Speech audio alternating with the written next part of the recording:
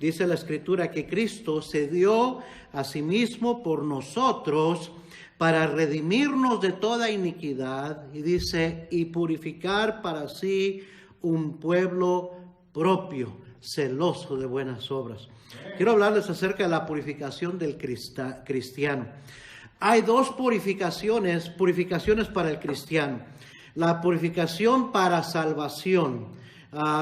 Si se fija ahí adelantito en sus Biblias, en Hebreos capítulo 1, versículos del 1 al 3, dice la palabra de Dios: Dios, habiendo hablado muchas veces y de muchas maneras en otro tiempo a los padres por los profetas, en estos postreros días nos ha hablado por el Hijo, a quien constituyó heredero de todo y por quien asimismo hizo el universo, el cual, siendo el resplandor de su gloria y la imagen misma de su sustancia, y quien sustenta todas las cosas con la palabra de su poder, oiga bien esto, habiendo efectuado la purificación de nuestros pecados por medio de sí mismo, amén, se sentó a la diestra de la majestad en las alturas. ¿Cómo es que se efectuó la purificación de nuestros pecados? Por medio del sacrificio de Cristo Jesús en la cruz. Amén. Más específicamente, por su sangre derramada en la cruz del Calvario. Amén. Hebreos 9:22. Pablo, creo que fue el escritor de los Hebreos, ¿verdad? Eso es lo que creemos muchos, que en la ley exigía que para que se sellara un pacto hubiera derramamiento de sangre. Y más específicamente en Hebreos 9:22 dice claramente: sin derramamiento de sangre no se hace remisión. Está refiriéndose al perdón de pecados. No puede haber perdón de pecados sin derramamiento de sangre. Así lo instituyó Dios desde el Antiguo Testamento con su pueblo. Y hermanos, por eso Cristo vino a morir, a ser el Cordero de Dios que quita el pecado del mundo. Y la Biblia dice en 1 Juan 1:7: la sangre de Jesucristo, su Hijo, nos limpia de todo pecado. Entonces, el momento que fuimos salvos, Él nos purificó con su sangre, pero también hay otra purificación para el servicio cristiano. En Hebreos 9, versículos 13 y 14 dice la Biblia: porque si la sangre de los toros y de los machos cabríos y las cenizas de la becerra rociadas a los inmundos santifican para la purificación de la carne, cuánto más la sangre de Cristo, el cual mediante el Espíritu Eterno se ofreció a sí mismo sin mancha a Dios, limpiará vuestras conciencias de obras muertas para que sirváis al Dios vivo. Mire, la primera purificación santifica para salvación. La segunda santifica para poder tener comunión con un Dios que es santo, santo, santo. Primera de Pedro capítulo 1 y versículo 14. Nos dice ahí el apóstol, dice: como hijos obedientes, no os conforméis a los deseos que antes teníais, estando en vuestra ignorancia, sino como aquel que os llamó es santo, sed también vosotros santos en toda vuestra manera de vivir, porque escrito está: sed santos porque yo soy santo. Y si invocáis por Padre aquel que sin acepción de personas juzga según la obra de cada uno, conducíos en temor todo el tiempo de vuestra peregrinación, sabiendo que fuisteis rescatados de vuestra vana manera de vivir, la cual recibisteis de vuestros padres, no con cosas corruptibles como oro o plata, sino con la sangre preciosa de Cristo, como de un cordero sin mancha y sin contaminación, ya destinado desde antes de la fundación del mundo, pero manifestado en los postreros tiempos por amor de vosotros, y mediante el cual creéis en Dios, quien le resucitó de los muertos y le ha dado gloria, para que vuestra fe y esperanza sean en Dios, habiendo purificado vuestras almas por la obediencia a la verdad, mediante el Espíritu, para el amor fraternal no fingido, amaos unos a otros entrañablemente de corazón puro, siendo renacidos no de simiente corruptible, sino de incorruptible, por la palabra de Dios, que vive y permanece para siempre. Así es. Entonces, fuimos purificados y santificados para salvación por la sangre de Cristo. La primera santificación es una santificación que sucede en el instante que uno recibe a Cristo como Salvador personal. Ahí en Tito, en el capítulo 2, capítulo 3 y versículo 3, dice, porque nosotros también éramos en otro tiempo insensatos, rebeldes, extraviados, esclavos de concupiscencias y deleites diversos, viviendo en malicia y envidia, aborrecibles y aborreciéndonos unos a otros. Pero cuando se manifestó la bondad de Dios nuestro Salvador y su amor para con los hombres, nos salvó, no por obras de justicia que nosotros hubiéramos hecho, sino por su misericordia, por el lavamiento, ahí está la purificación, por el lavamiento de la regeneración y por la renovación en el Espíritu Santo, el cual derramó en nosotros abundantemente por Jesucristo nuestro Salvador. Entonces la primera purificación santifica para salvación, sucede en el instante que uno recibe a Cristo como Salvador. La segunda purificación, la segunda santificación es un proceso continuo en la vida del cristiano. Y es para poder tener comunión con un Dios que es santo. Dice Romanos 12:1, así que hermanos os ruego por las misericordias de Dios que presentéis vuestros cuerpos en sacrificio vivo, santo, agradable a Dios, que es vuestro culto racional. En 2 de Timoteo capítulo 2 y versículo 19 dice, pero el fundamento de Dios está firme teniendo este sello, conoce el Señor a los que son suyos y apártese de iniquidad todo aquel que invoca el nombre de Cristo. Pero en una casa grande no solamente hay utensilios de oro y de plata, sino también de madera y de barro, y unos son para usos honrosos y otros para usos viles. Así que si alguno se limpia, se purifica de estas cosas, será instrumento para honra, santificado, útil al Señor y dispuesto para toda buena obra. Es por eso, hermanos, que debemos de estar confesando nuestros pecados diariamente, porque la Biblia dice claramente que si confesamos nuestros pecados, Él es fiel y justo para perdonar nuestros pecados, y dice, y limpiarnos de toda maldad. Y así nos mantenemos como instrumentos santificados, útiles al Señor y preparados para toda buena obra. Dios tiene un plan para su vida y mi vida, querido hermano. Dios quiere usarnos, pero para poder ser instrumentos útiles al Señor necesitamos ser continuamente purificados, continuamente santificados. Ahora, ¿cómo es que Dios purifica a sus hijos? ¿Cómo es que Dios santifica y purifica a sus hijos? Primeramente, número 1, por medio de su palabra. Juan capítulo 15 y versículo 1. El Señor Jesucristo, hablando a sus discípulos, hablando a nosotros, dijo lo siguiente: yo soy la vid verdadera y mi Padre es el labrador. Todo pámpano que en mí no lleva fruto lo quitará, y todo aquel que lleva fruto lo limpiará para que lleve más fruto. Hermanos, Dios quiere limpiarnos y purificarnos para que podamos llevar más fruto. Y luego el Señor añade en el versículo 3, ya vosotros estáis limpios por la palabra que os he hablado. La palabra de Dios es como un detergente espiritual, hermanos, que mantiene limpio al cristiano. Por eso es que importante es mantenernos leyendo la palabra de Dios, oyendo la palabra de Dios, pero sobre todo guardando su palabra en nuestros corazones. El salmista dijo en el Salmo 119:9, ¿con qué limpiará el joven su camino? Con guardar tu palabra. Y luego en el versículo 11 dice, en mi corazón he guardado tus dichos para no pecar contra ti. Alguien dijo, ¿verdad? Esta verdad, este libro te va a apartar del pecado, o el pecado te va a apartar de este libro. Y hermano, no podemos permanecer en Cristo y llevar fruto como cristianos, a menos que estemos continuamente podados, limpiados, purificados para poder llevar fruto. Segunda de Timoteo capítulo 3 y versículo 16 y 17 dice la palabra de Dios, toda la escritura es inspirada por Dios y útil para enseñar, para redarguir, para corregir. Ahí está la purificación, la santificación, el enderezar nuestros caminos, para corregir, para instruir en justicia, a fin de que el hombre de Dios, el cristiano, sea perfecto. Esa palabra quiere decir completo, enteramente preparado para toda buena obra. Entonces Dios usa su palabra para purificarnos, para santificarnos.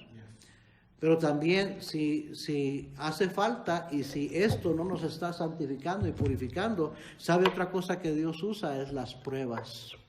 Dios purifica a sus hijos por medio de las pruebas. Mire 1 Pedro capítulo 1. 1 Pedro capítulo 1 y versículo 3 dice: bendito el Dios y Padre de nuestro Señor Jesucristo, que según su grande misericordia nos hizo renacer para una esperanza viva por la resurrección de Jesucristo de los muertos, para una herencia incorruptible, incontaminada e inmarcesible, reservada en los cielos para vosotros, que sois guardados por el poder de Dios mediante la fe, para alcanzar la salvación que está preparada para ser manifestada en el tiempo postrero, en lo cual vosotros os alegráis.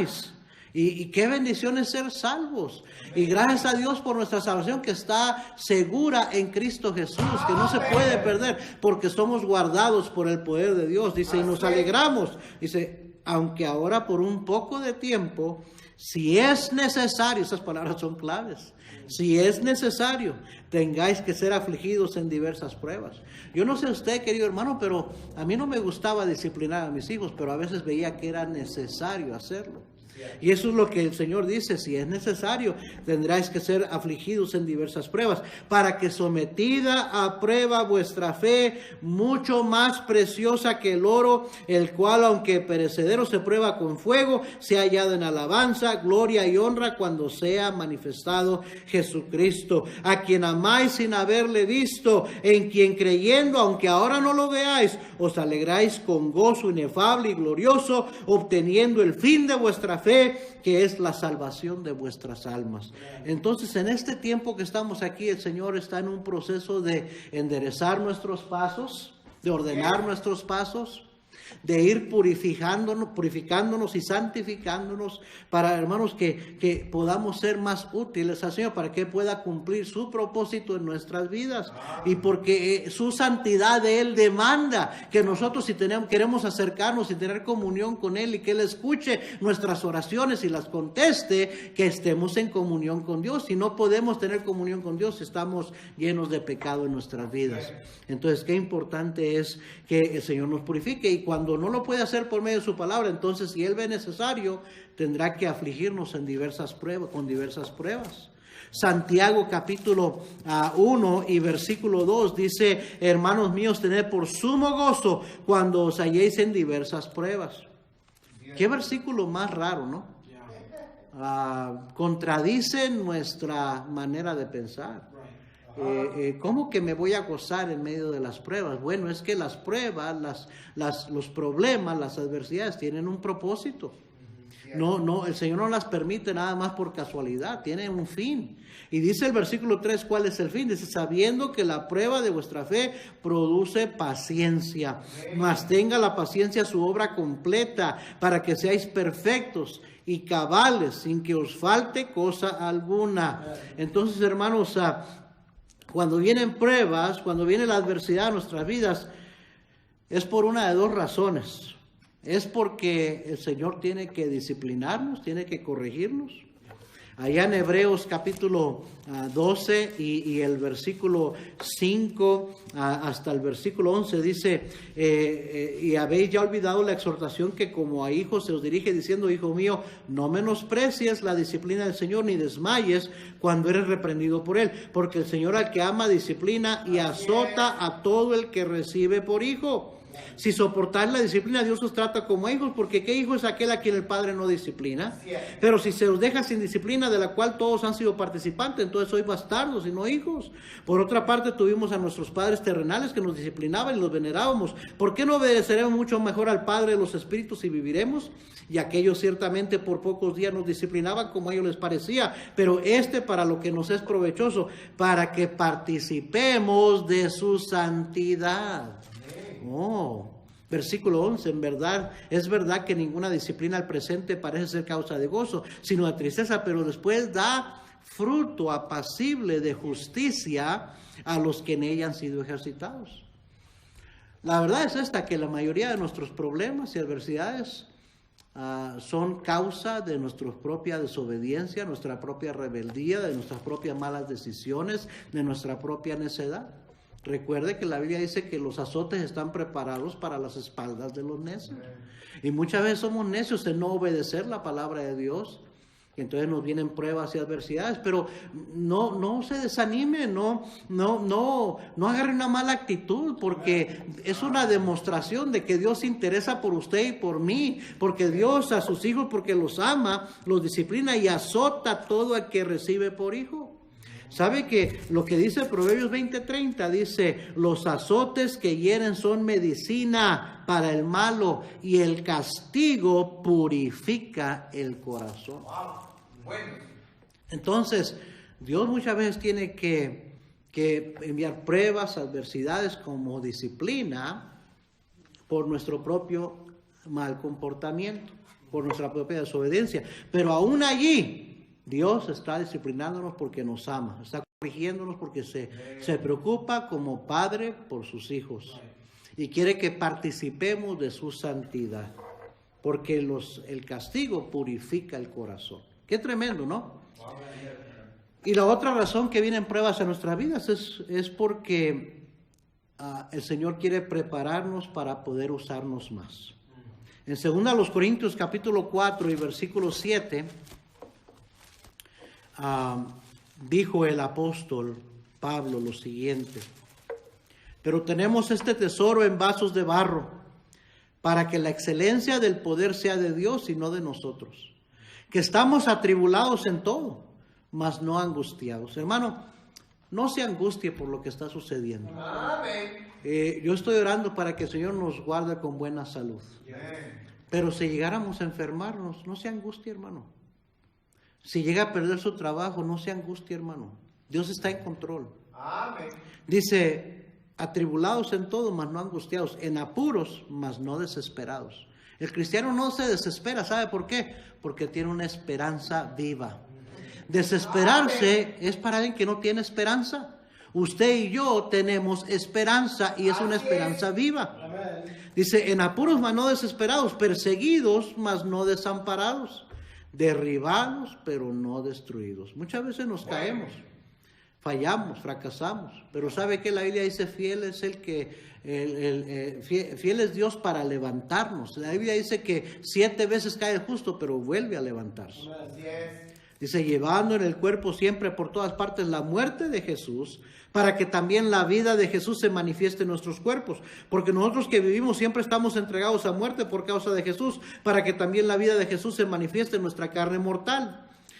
Así que aún en medio de las pruebas, las dificultades, el Señor quiere que usted y yo siempre seamos un testimonio, un reflejo de nuestra fe en Jesucristo, la esperanza que tenemos en Él, el amor de Dios en nosotros, hermanos. El cristiano, aun cuando sufre, puede tener el gozo y puede ser un testimonio vivo para el Señor, del Señor Jesucristo. Dice, de manera que la muerte actúa en nosotros y en vosotros la vida.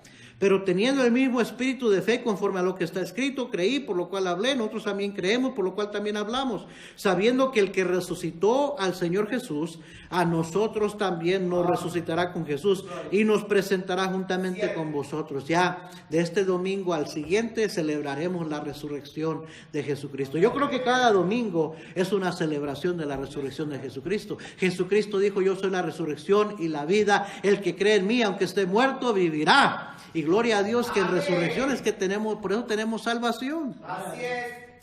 Versículo 15, porque todas estas cosas padecemos por amor a vosotros, para que abundando la gracia por medio de muchos, la acción de gracia sobreabunde para gloria de Dios. El cristiano debería estar agradecido en todo. Debemos darle gracias a Dios en todo. Dice que esa es la voluntad de Dios para con nosotros en Cristo Jesús. Entonces dice el apóstol, concluyendo aquí este capítulo, dice, por tanto no desmayamos, no nos desanimamos. Dice, antes, aunque nuestro hombre exterior se va desgastando, el interior no obstante se renueva de día en día. Qué importante es que usted lea su Biblia y ore todos los días, porque eso va a renovar su espíritu, hermano. Eso va a darle nuevas fuerzas. Si usted se olvida, se descuida de su caminar con el Señor, se va a desanimar fácilmente y las pruebas y las dificultades lo van a llevar al desmayo. Y recuerde lo que dice la Biblia, no nos cansemos pues de hacer bien, pues a su tiempo segaremos y no desmayamos. Versículo 17, porque esta leve tribulación momentánea produce en nosotros un cada vez más excelente y eterno peso de gloria. Esto que estamos pasando ahorita es momentáneo, es temporal. Van a venir buenos tiempos, vamos a seguir adelante. Y hermanos, el Señor está en control de todo, no se aflija, no se desanime. Y esta es la clave, dice aquí en el versículo 18, no mirando nosotros las cosas que se ven, sino las que no se ven. Pues las cosas que se ven son temporales, pero las que no se ven son eternas. ¿Sabe qué? Ya deje de ver tantas noticias. Yo personalmente estoy tratando de ver menos noticias.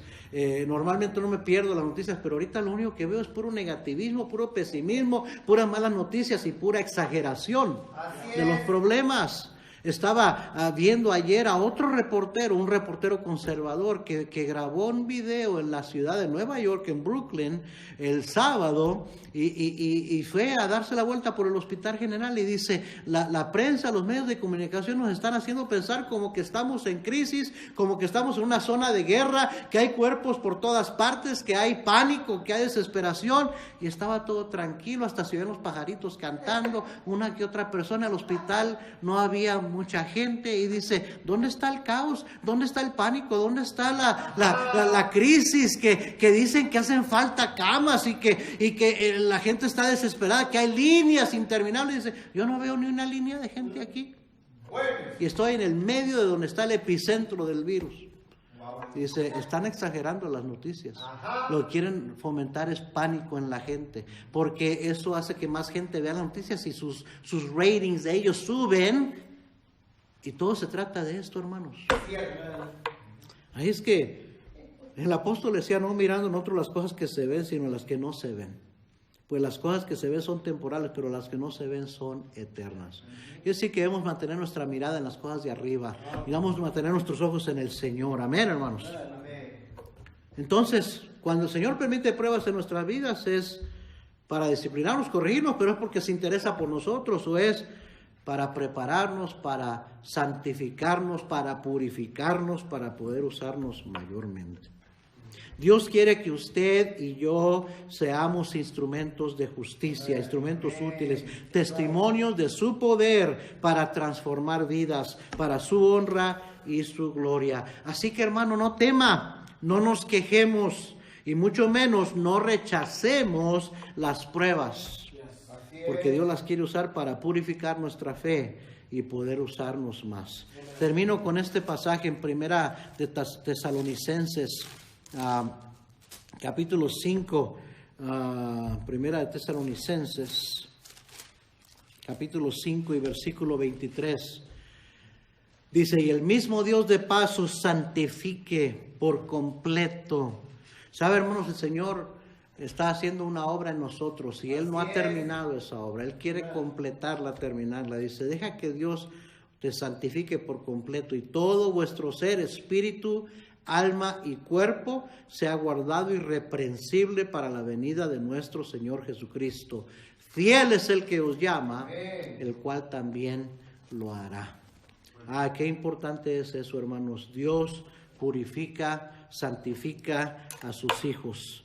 Nos purifica en el momento que fuimos salvos para hacernos aptos para entrar en el reino de Dios, y luego nos purifica para poder ser útiles a Él y servirle mejor.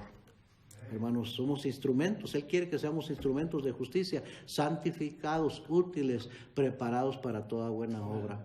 Entonces, ¿cómo es que Dios purifica a sus hijos? Por medio de su palabra. Lea su Biblia, ore, camine con Dios, empápese de la palabra de Dios. Eso le va a dar ánimo, le va a dar nuevas fuerzas, le va a dar esperanza. No va a dejar que usted desmaye. Y lo va a ir preparando, trabajando en su vida. Dice el Señor, si es necesario, o sea, si no aprendes con la palabra, entonces a lo mejor voy a tener que permitir que venga pruebas y adversidades a tu vida. Pero aún cuando nos encontramos en medio de la prueba y la adversidad, no se desanime, no pierda ánimo, no se ponga triste, no se queje, y mucho menos no rechace la prueba, la dificultad, porque Dios la quiere usar para purificarnos, para prepararnos para toda buena obra. Vamos a orar. Vamos a orar. Señor, te damos gracias por tu palabra. Señor, te ruego que mis hermanos se agarren más de ti que nunca en leer su palabra, en orar, en confiar en ti, Señor. Y si están pasando por una prueba, una dificultad económica o de salud, Señor, que puedan mantener su mirada, su esperanza en ti. Señor, en medio de la prueba, tú quieres refinar nuestra fe y que sea purificada y brille como el oro. Señor, porque tú quieres usarnos mayormente. Bendice tu palabra, la enseñanza de tu palabra en nuestros corazones. Bendice a mis hermanos en sus hogares. Gracias por nuestra iglesia. Señor, te pido por cada hermano, hermana, que tú les suplas para todas sus necesidades, pero sobre todo, que cada hermano, cada hermana, Señor, esté acercándose cada día más y más a ti, dejando que tú obres en sus vidas. Te lo pido todo en el nombre de Cristo Jesús. Amén.